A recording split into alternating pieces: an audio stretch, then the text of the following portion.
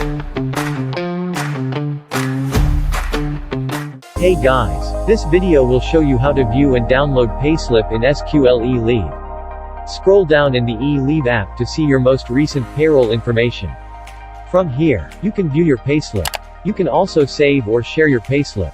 For example, if you want to save the Payslip to your download folder, you can click on this icon.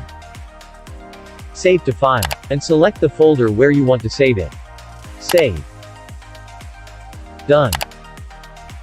Next, we'll guide you how to view or download prior month payslips. Click on Monthly Payroll.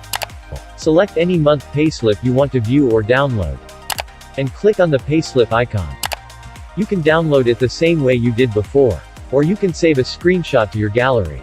Visit our YouTube channel for more SQL eLeave and eClaim videos. That's all of this video. Thank you.